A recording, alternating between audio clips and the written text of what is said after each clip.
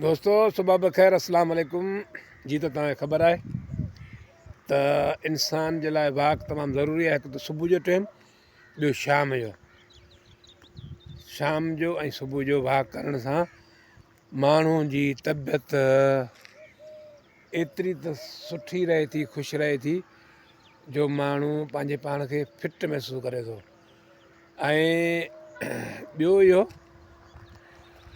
त सभ खां वॾो जेको सिस्टम आहे, वॉक त ठीकु आहे, पर गॾोगॾु पंहिंजो खाद खुराक ते बि ख़्यालु करिणो आहे। ऐं अगरि मानी ते कंट्रोल आहे, छो जो माण्हू मानी अॻियां पई हुजे, बोर्ड सुठो पियो हुजे त माण्हू मानियूं जेको सो घणे खां घणियूं खाई वञे थो। ऐं बोर्ड सुठो हुजे या सादो हुजे, पर जे घणो खाईंदो तॾहिं बि ॻाल्हि साॻी थिए थी। थोरो खाइण सां बि फ़र्क़ु कोन थो पए, थोरे खाइण सां तव्हांखे का बि तकलीफ़ महसूसु कोन थींदी, पर घणो खाइण खां पोइ तव्हां कोशिशि कंदा त इनो जी पिड़ी वठां ऐं हिकु गैस जी दवा वठां, पर जे थोरी मानी खाधल हूंदी त न तव्हांखे तकलीफ़ थींदी, न को मसइलो थींदो।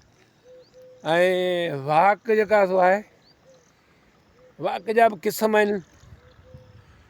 यंग छोकिरा वॉक कंदा आहिनि, उहो पंहिंजो तक़रीबन 2 किलोमीटर उनखे 2 मिंट बि कोन था लॻनि, उहो पुॼी था वञनि। पर असां जहिड़ो जेको थो माण्हू वॉक ते जॾहिं निकिरे थो त उहो हल्को जे वञे थो तॾहिं बि ठीकु आहे। असां जिते 2 मिंट में न पए 10 मिंट में वञी पुॻासीं तॾहिं बि जेको सो रत जो सिस्टम हली थो वञे। ऐं वॉक सां माण्हू खे तंदुरुस्ती महसूसु थिए थी। ऐं आउं कोशिशि कंदो आहियां त वॉक मसलसिल करियां, ऐं हिकिड़ो आदी बि थी वियो आहियां। हिकिड़ो मुंहिंजो दोस्त आहे, हुन मूंखे सलाह ॾिनी त जेको थो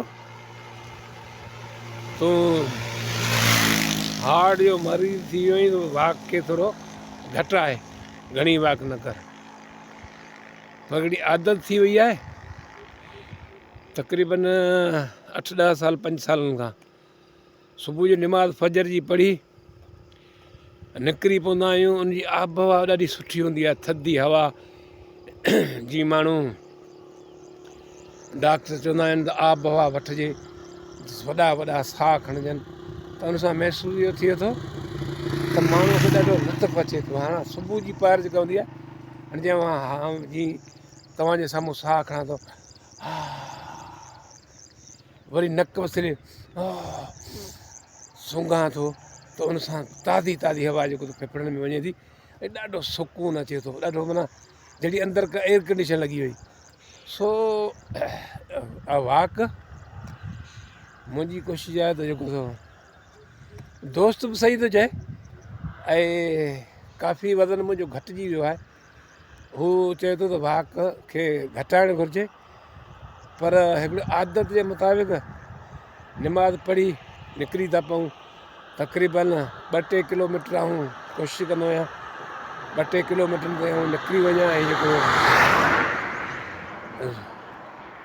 हालांकि डोड़ां कोन थो, पर आम जीअं माण्हू वञे थो ईअं आऊं मज़े मज़े सां पंहिंजो वञा थो, ऐं स्लो मज़े सां, तॾहिं बि जेको थो सिहत में वॾो सिस्टम हले थो। ऐं अल्हम्दुलिल्लाह मानी खाई, सुम्हाणी निमाज़ पढ़ी, निंड अचे थी, ख़बर पए थी फजर जो उथूं था।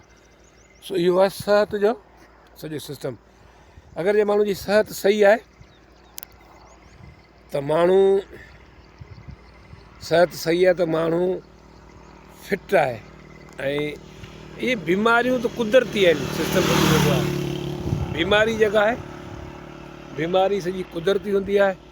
ऐं रब जे तरफ़ां जेको लिखियलु हूंदो आहे, माण्हुनि जी ज़िंदगी मौत बीमारी, ऐं रब्बुल आलमीन वरी बीमारी बि माण्हूअ खे ॾींदो आहे जंहिंसां रब्बुल आलमीन मोहबत करे थो, हर इंसान सां मोहबत करे थो। रब चए थो मूंखे सॾे त ॾिस, पाण चवंदा हे मुंहिंजा रब जवाबु ॾिए थो, जी मुंहिंजा ॿाना, हा मुंहिंजा ॿाना छा थो चई। सो रब्बुल आलमीन बेपरवाह बादशाह आहे। ये बीमारियूं ग़मियूं ख़ुशियूं सभु मुंहिंजे करीम रब जे हथ में आहिनि।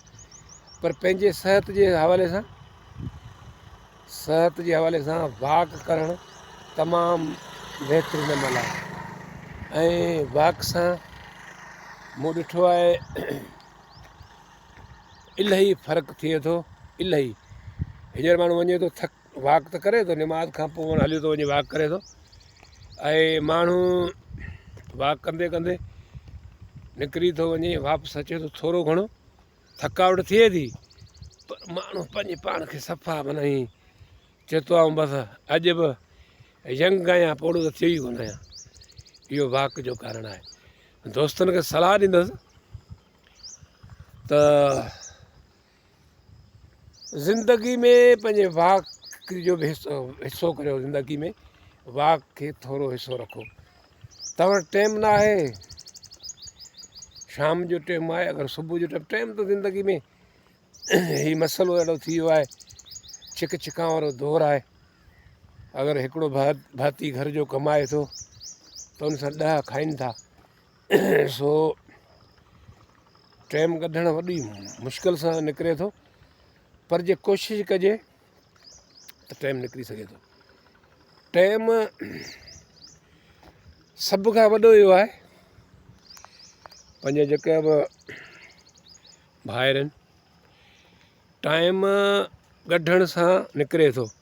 हाणे सुबुह जी पहर में, अगरि सुबुह जी पहर में माण्हू निकिरी पए सवेरे सवेरे, घणा त वरी राति जो कमु कंदा आहिनि, फजर जो टाइम ते उथंदा कोन आहिनि, उन टाइम न हूंदो आहे। पर कोशिशि कजे त सुबुह जी जेका त निमाज़ आहे उहा बा जमात सां पढ़िजे।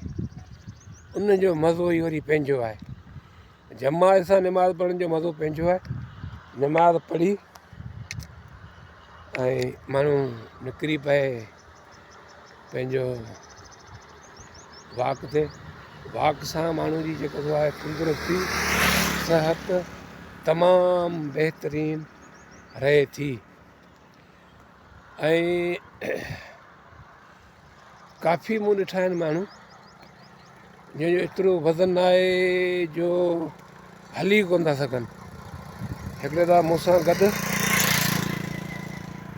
मुंहिंजो छोकिरो पंहिंजो ई आहे, उहो 2 ॾींहं हलियो, 2 ॾींहंनि खां पोइ चवंदो हाणे मामा मूंखे टंगनि में सूरु थो थिए। सो बिल्कुलु हिकिड़ो 2 ॾींहं थींदो टंगनि जो सूरु, हिकिड़ो 2 ॾींहं थींदो। ऐं 2 ॾींहं छॾण खां पोइ माण्हू जी रूटीन थी वेंदी, माण्हू डोड़ंदो वेंदो या हलंदो वेंदो, थकंदो कोन। सो मुंहिंजा दोस्तो, ज़िंदगीअ में पंहिंजे वॉक खे हिसो करियो।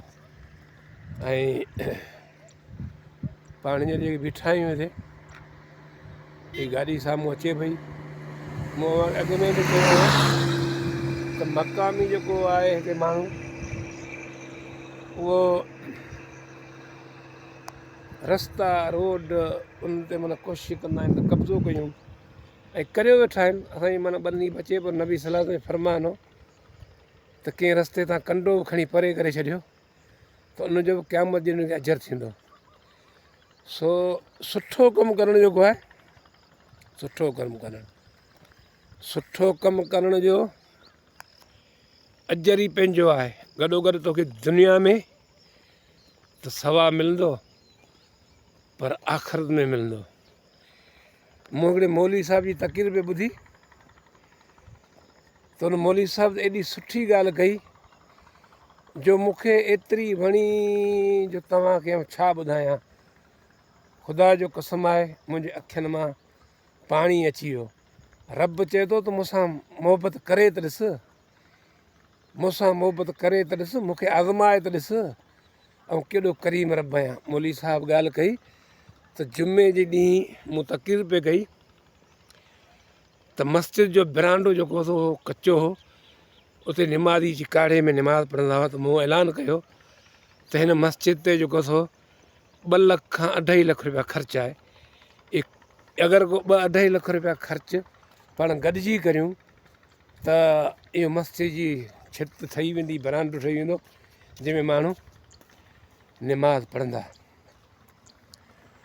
सो दोस्तो उते जेके बि जमायती वेठा हुआ हालांकि पासे में अमीर ग़रीब अमीर माण्हू बि हुआ पर जॾहिं निमाज़ ख़तमु थी त मग़रिब निमाज़ जॾहिं पढ़ण जो टाइम थियो तॾहिं हिकु कुराड़ो ऐं कुराड़ी ॿई आया मौली साहब वटि तुंहिंजो मौली साहिब जो ॿाहिरि खादम ॾिठो उनखे चई त मौली साहिब खे सॾु करण सां कमु आहे त मौली साहिब ॾिठो त इहे जेके आया आहिनि फ़क़ीर आहिनि मूंखां को ख़ैरात वठणु आया आहिनि त हुनखे चयो मौली साहिब चयो त वञो हलिया त भाउ ख़ैरात वारा त कोन्हे त हुन चयो असीं ख़ैरात वारा कोन आहियूं असां तव्हांजी मदद करणु आया आहियूं अलाह जे घर में असीं पंहिंजो चंदो मिलायूं था त हुन हू हलियो आयो मौली साहिब त चई घणो चंदो था मिलायो हुन चयो त 2.5 लख रुपया थी ॾियूं था तव्हां हीउ जेको थो हिते मस्जिद जे जेको इहो बरांडो ठाहियो त माण्हू निमाज़ हिनखे तकलीफ़ न थिए